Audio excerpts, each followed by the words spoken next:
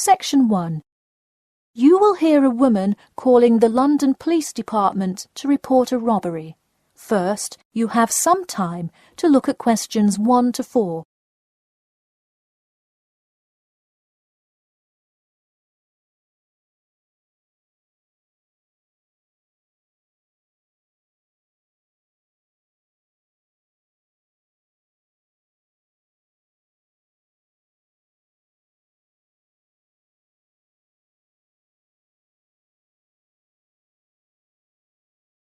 You will see that there is an example which has been done for you.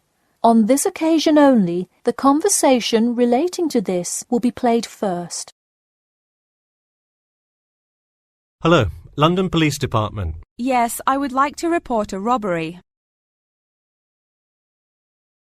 The woman says that she would like to report a robbery, so robbery has been written in the space.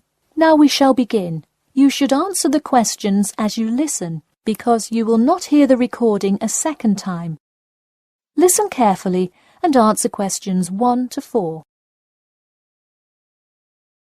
Hello, London Police Department. Yes, I would like to report a robbery. All right, just a minute while I pull up the form. OK, could you give me your first and last name? Anna Grieg. Anna Gregg. G-R-E-G? No, Grieg. G-R-I-E-G. Got it. All right, moving on. Gender, female. Date of birth? 15th of March, 1980. All right, thanks. Just a few more personal information questions, and then we can address your claim. All right. What's the address? 4 Ellendale Street. That's E-L-L-E-N-D-A-L-E. Oh, right, Ellendale Street. Yeah, we've had a lot of break-ins in that area lately. And the postal code? W5 2AT. And are you a citizen of the UK? No. OK. What type of citizenship do you have? Well, I lived in the United States for most of my life, but I am actually of Grenadian nationality. OK. So is that the country that issued your passport? Yes. All right. Before you hear the rest of the conversation, you have some time to look at questions 5 to 10.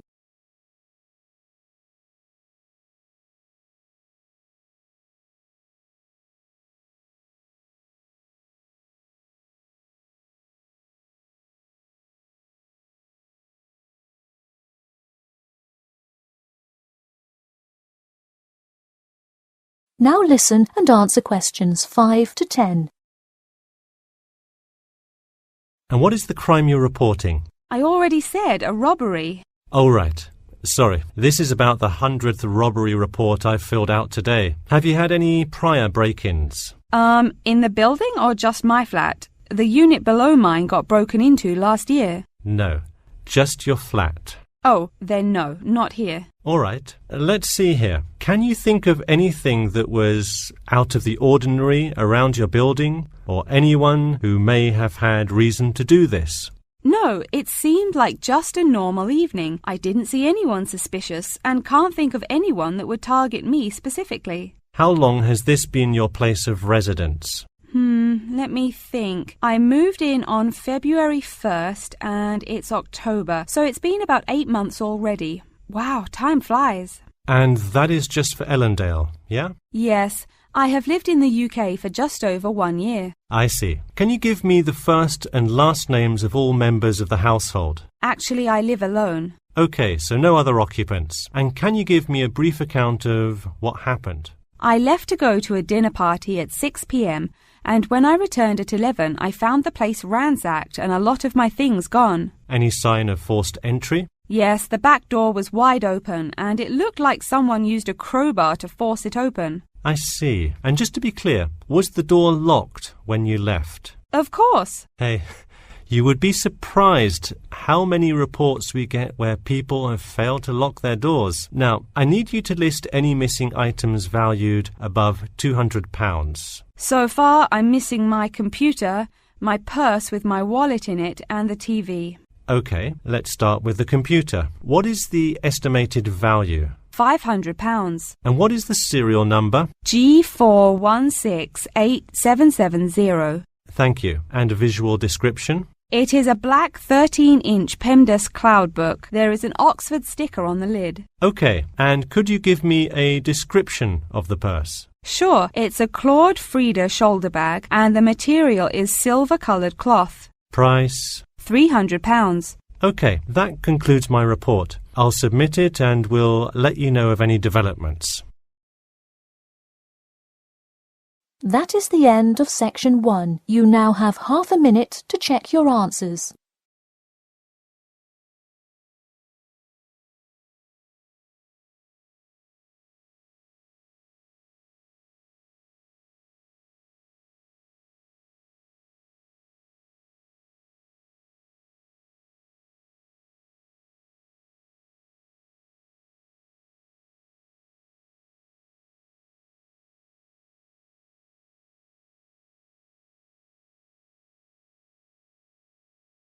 Now turn to section 2. Section 2. You will hear a talk about a pool and outdoor venue created by some people. First, you have some time to look at questions 11 to 14.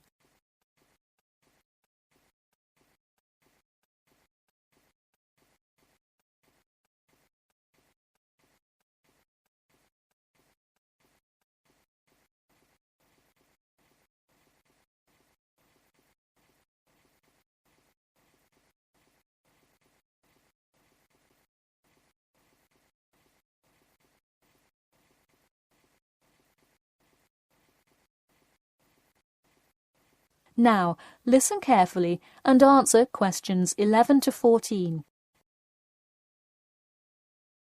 Hey, if you're just joining us on WKPX The Sound, welcome. We're here in the studio with Matt and Cam in the morning, and this morning we're talking about keeping the kids occupied on summer vacation. Folks, there's a new kid in town in the world of summer fun. Get ready for the Pool of the People. A pool and outdoor venue created by, that's right, the people. Scheduled to open in November, the ideas for everything from the design of the pool right down to the items sold in the snack bar have been decided upon by a sample of 1,050 members of the public. The public selected 2 top proposals from over a dozen created by renowned architect Ned Mosby, and the final design is truly something else. The pool is shaped like a fishbowl, sinking down into the ground. And there's, you guessed it, a real live fish tank in the center. It's certainly the center of attention in the Bridgewater area. Now, you are probably wondering how much an extravagance like this must cost, right?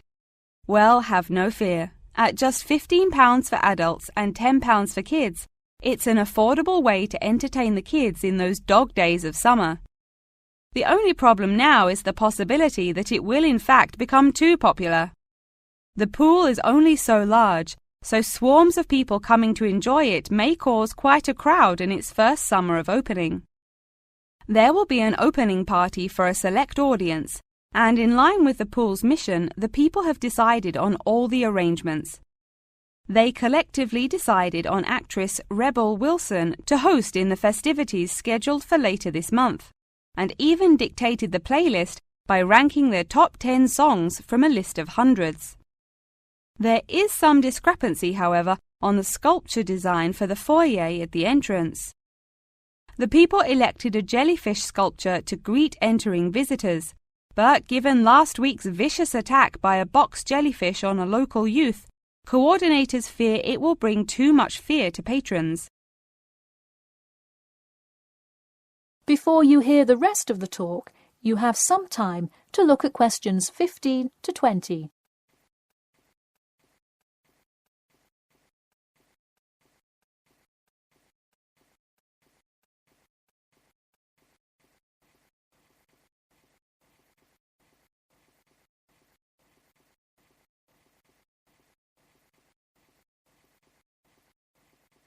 Now listen and answer questions 15 to 20. The theme of the clubhouse is set to be International Waters, with a different section representing each continent, designed by the legendary local artist Roberta Annuzzi. Representing Asia in the reception area will be a mosaic made up of prominent animals indigenous to the continent. A camel, a panda, and the Siberian white tiger, to name just a few. In the West Lounge, feel the cool, icy vibes of the Transantarctic Mountains of Antarctica. Makes you cold just thinking about it, doesn't it? Just seeing a wall with a mural of the glacial mountains is almost enough to cool you off on a December afternoon.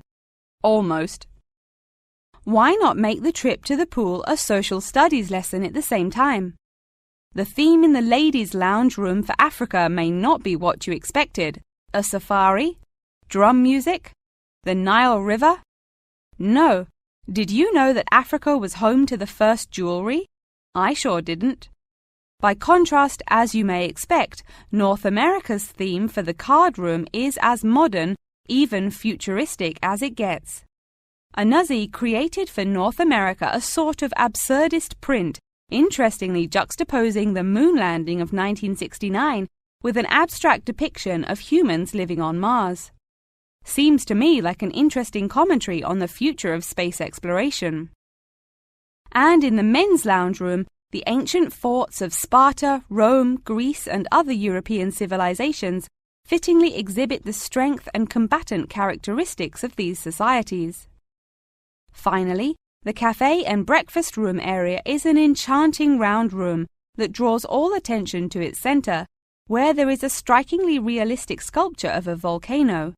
The delicious food may actually be only the second most exciting part of this room, in comparison to the 9-foot statue, complete with brightly colored molten lava to characterize South America. Honestly, it is like a museum visiting each room of the clubhouse. Why not make the trip to the pool an educational one for the kids? We're going to take a quick commercial break here at WKPX, but we'll be back in 10 with more on what's touted to be the summer's hottest place to beat the heat. That is the end of section 2. You now have half a minute to check your answers.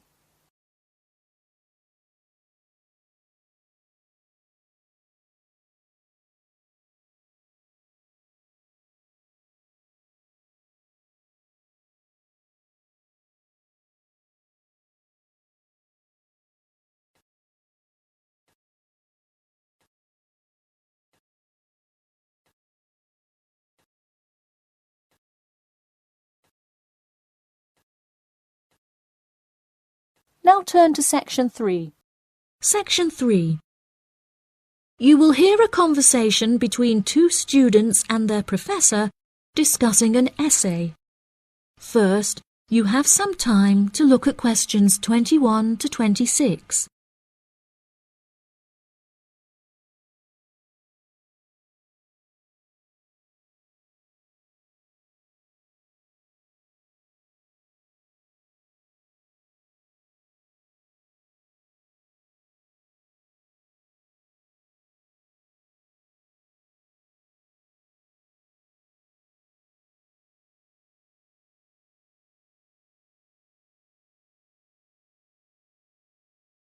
Now listen carefully and answer questions 21 to 26. For next week, I'd like you to undertake a piece of research in preparation for writing your final essay. In order to gain top marks, you must include a range of primary, secondary, and tertiary sources. Are there any questions? Yes, Professor, I have a question. We haven't yet covered how to undertake this sort of research in much depth, and I'm a little unsure of what you want us to do. In telling us to include primary sources, do you mean you want us to design and distribute a questionnaire, analysing the results? You could design a questionnaire, but you'll soon find that distributing a questionnaire on such a large scale is somewhat troublesome. We couldn't possibly expect you to do it effectively as an individual university student without the necessary resources. No, ideally, I would like you to form 1 or 2 focus groups and interview them. This will provide you with a more qualitative approach. If your strengths lie in mathematics, Please, by all means, take a more quantitative approach. But this will be more strenuous and time-consuming, and isn't entirely necessary for the purpose of this study. Professor, you haven't told us what our project is about. Do we get to choose our own topic based on the previous study? No, I'm afraid not. This will be a strictly Australian study. However, you can choose which angle you'd like to take, so long as it remains within the realm of anthropology. Does anyone have any questions specifically about the formation of the focus groups? I'd had several emails about this, and I'd like to address it now. My study is related to growing up in Australia and the question of nature versus nurture. I've gathered more than 200 school children who would be happy to participate in a focus group. Do you think we'll need to include that many participants in a focus group? Blimey, Douglas, well done for finding that many willing children, but you definitely don't need that many for the study you're going to undertake. I'd say you need no more than 5 children per group, and no more than 3 groups, so 15 children altogether. You definitely need to control the group size in order to generate a meaningful dialogue. OK, if it's useful, I'll try and do it. I appreciate your enthusiasm for the project, but there are plenty of different ways to gather data, and I'm sure that if you look hard enough, you'll find someone who has conducted almost the exact same research in the past. My advice for you is don't be too ambitious, and try to include as much information about various people or sectors. For those who haven't ever collected original data before, what do you suggest we do? I would suggest that you read accounts from other people who have undertaken such research to see what advice they can give. I would also encourage you to read Chapter 8 in the course textbook, which should give you a good introduction to collecting data. Moreover, you should try to practice using the data table provided in your course handbook. By now, you should have read at least 6 or 7 books giving quite detailed instruction on how to go about collecting data. Professor, I don't know about everyone else, but I'm having trouble reading the books. I had a really big assignment for another course, and I've been spending all my time on that. Jane, have you read all the books the professor mentioned? Well, my trouble is getting hold of the books. I've been to the library several times, but all the books are out. Sounds like you should have started borrowing books a bit earlier. Yes, I should have. But I got several ones from my friend a couple of days ago. I just skimmed through them and don't remember a lot of the information. Before you hear the rest of the conversation, you have some time to look at questions 27 to 30.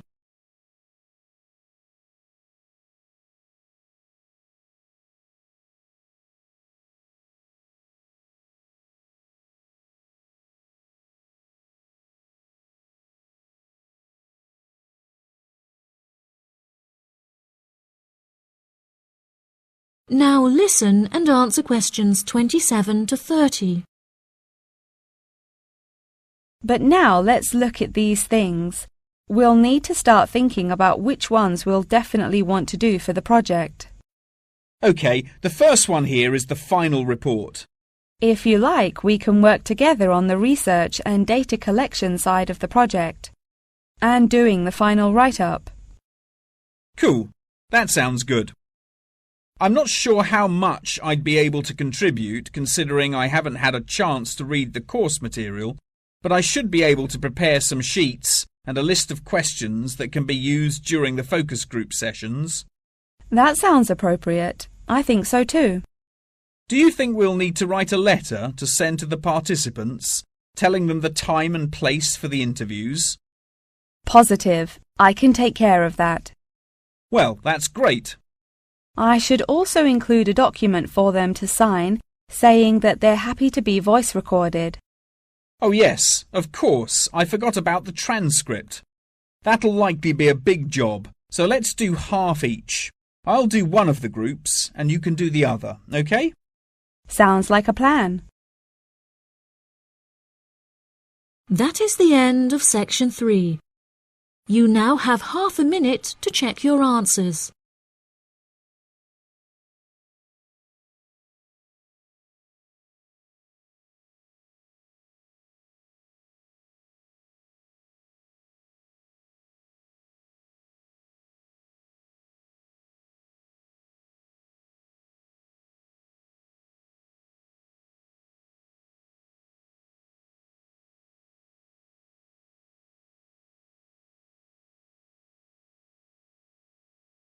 Now turn to section 4.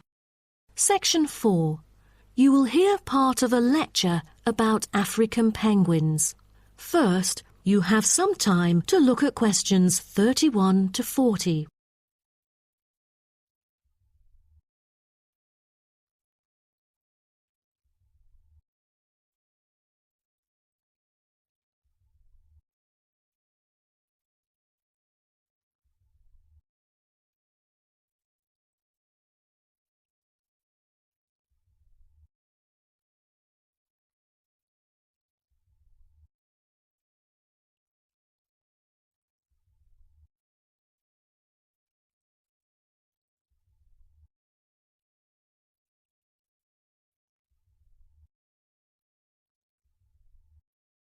Now, listen carefully and answer questions 31 to 40.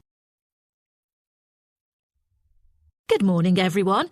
Today's lecture is about a type of adorable animal, the penguin. When you think of penguins, you may picture them surrounded by snow and ice. But not all penguins live where it's cold. African penguins live in the southern tip of Africa. They are usually found within 40 kilometres of the shore and on a number of its surrounding islands. African penguins are also known as jackass penguins because they make donkey-like braying sounds to communicate. African penguins can keep their body temperature at a stable level, but their land habitat can get quite warm, so there are a number of ways for them to stay cool. They limit their daylight movements on breeding sites on land to early mornings and early evenings to avoid too much sun. The pink glands above their eyes can help them cope with the temperate climates. Like other penguins, African penguins spend most of the day feeding in the ocean, which also helps keep them cool. Being a type of small to medium-sized penguin species, African penguins average about 60 centimetres tall and weigh up to 3.6 kilograms. They have a black stripe and a pattern of unique black spots on their chest. Males are larger than females and have larger beaks. Even though they are categorized as birds, African penguins aren't able to fly because of their heavy bones. Their wings are more like flippers that make them particularly suited for life in the water. When they're on land, their flippers and their tails help them keep their balance and walk upright. African penguins begin to breed at the average age of 4. When a male and female pair up, they tend to breed together for the rest of their lives. Most other penguins nest and lay their eggs out in the open, but African penguins have a different approach. They dig holes under bushes out of their own excrement, called guano, so they are sheltered from the sun and predators. The African penguins survive on a diet that is comprised mainly of marine organisms. They feed primarily on fish like sardines, along with the occasional squid and shellfish. But when normal food is in short supply, they eat tree roots as well. The streamlined body of the African penguin allows it to move through the water like a rocket, capable of reaching a speed of around 20 kilometers per hour when hunting for food.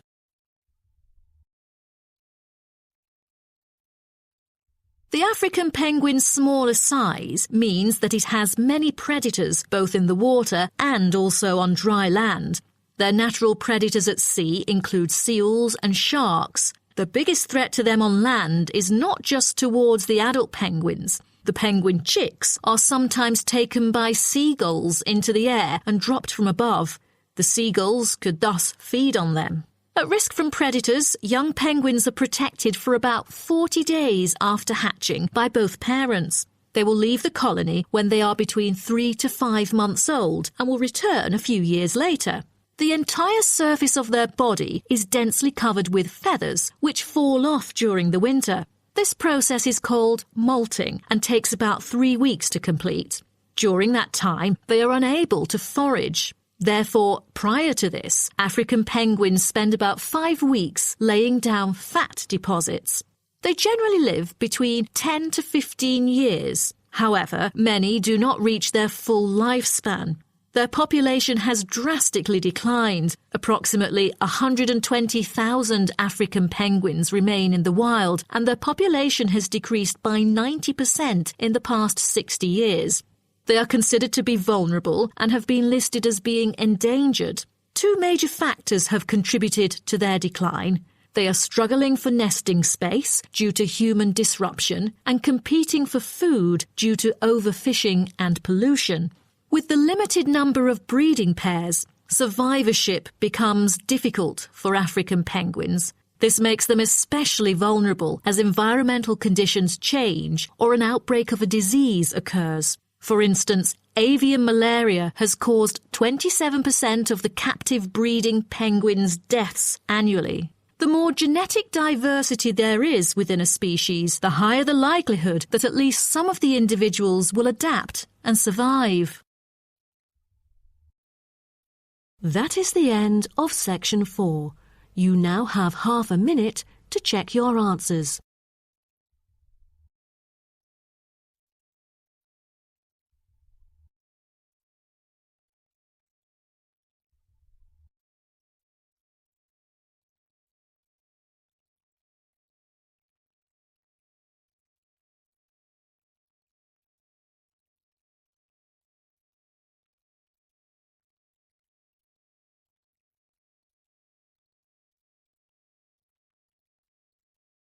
That is the end of the listening test.